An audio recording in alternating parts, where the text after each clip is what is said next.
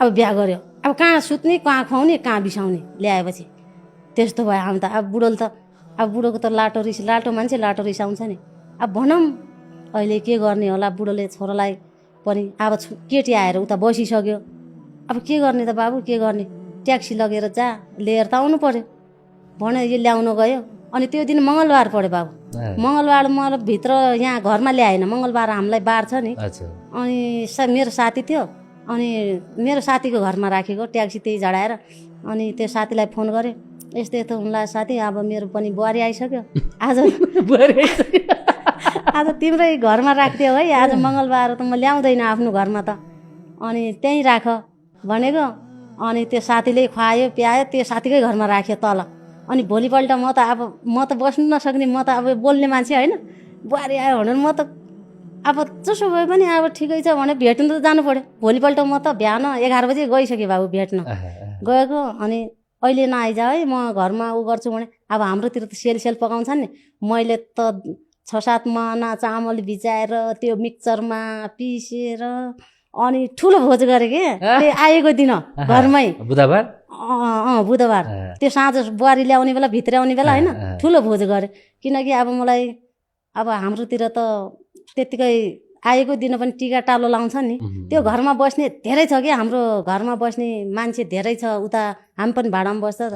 अनि त्यहाँ धेरै छ, अनि 45 जना हुन् कि 50 जना भयो कि साँझ। तिनीहरूलाई खाना सेल पकायो, हेलुवा बनायो खुसीले, अनि खिर बनायो है, चाना बनायो गरेर 50-60 जनै भयो कि हामीले त। अब खुसीले अब हाम्रो बुढो लाटो सोझ होइन, अब सबै साथीभाइ आयो, अब 30-40 हजारको त रक्सी नै ल्याइदियो बाबु त्यही दिन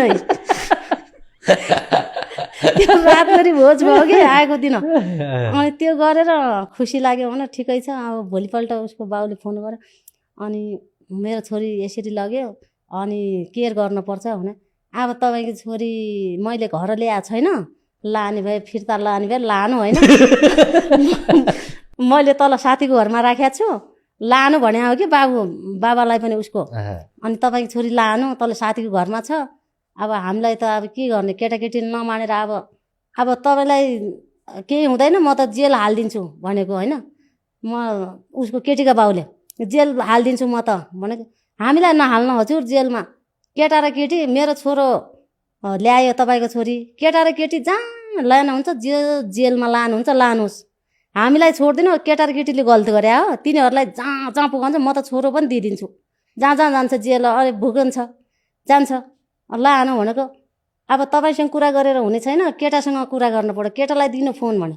अनि त्यसलाई पछि म यसलाई गएँ कि त्यो केटीको उहाँ थियो दिउँसो गएको, तल आए थिएँ बुहारी, त्यहीसँग थियो। बाबु त्यो उताबाट फोन आयो गर भनेको, बाबुले गऱ्यो।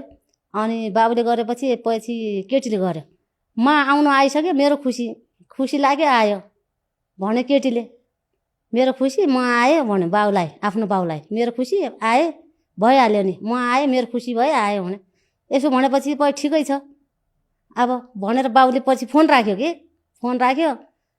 अनि केटालाई फोन गर्यो बाबुलाई फोन गरेर के भन्छ, मेरो छोरी लान त लयो, अनि पाल्न सक्छ कि सक्दैन भन। अनि किन पालिहाल्छु नि, ल्याएपछि पाल्नु परिहाल्छ नि भन्यो। अब त्यसले त्यसो भन, अनि हामीले त्यसले पाल्नु भन्यो भने त्यसले भन्दा त हामी त कति राम्रो गरी पालिदिए थियो, कति राम्रो। अब आएको बेला बाबु त्यही नजिक मोडल स्कुल, अनि मोडल स्कुलमा भर्ना गरे। बाबुहरू कलङ्गी थिए, ओसपेन्टमा भर्ना गरे। अनि यिनी कलङ्गी पढ्थे दुइटै भाइ बिना। अब नानीलाई किन टाढा लाउनु पर्यो छोरी मान्छेलाई भनेर, अनि त्यहीँ ओसपेन्ट भन्ने स्कुल छ त्यहीँनिर, अनि त्यहीँ भर्ना गऱ्यो नानीलाई।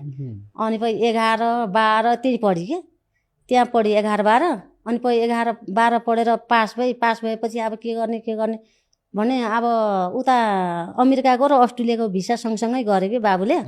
अनि सँगसँगै गऱ्यो। अस्ट्रेलियाको भिसामा त जग्गा घर के चाहिने रहेछ बाबु, त्यो चाहिने रहेछ। आधा प्रोसेस चालिसकेको थियो, पैसा पनि आधी हालिसकेको थियो। अब घर देखाउनु र जग्गा देखाउनु, आफूसँग घर पनि छैन जग्गा पनि छैन, के देखाउनु। अब त्यसको बाउलाई भन्यो, अनि बाबातिर देखाइदिन्छ, बाबासँग भन्ने कि भन्यो, उता बाबालाई भन्यो। अनि बाबा उतिखेर त किन देखाउँथ्यो र, घर जग्गा छोरीलाई दिन्थ्यो र उतिखेर त भर्खरै आएको थियो, अनि किन दिन्थ्यो। त्यहाँ बाबाले पनि कोसिस गरेन,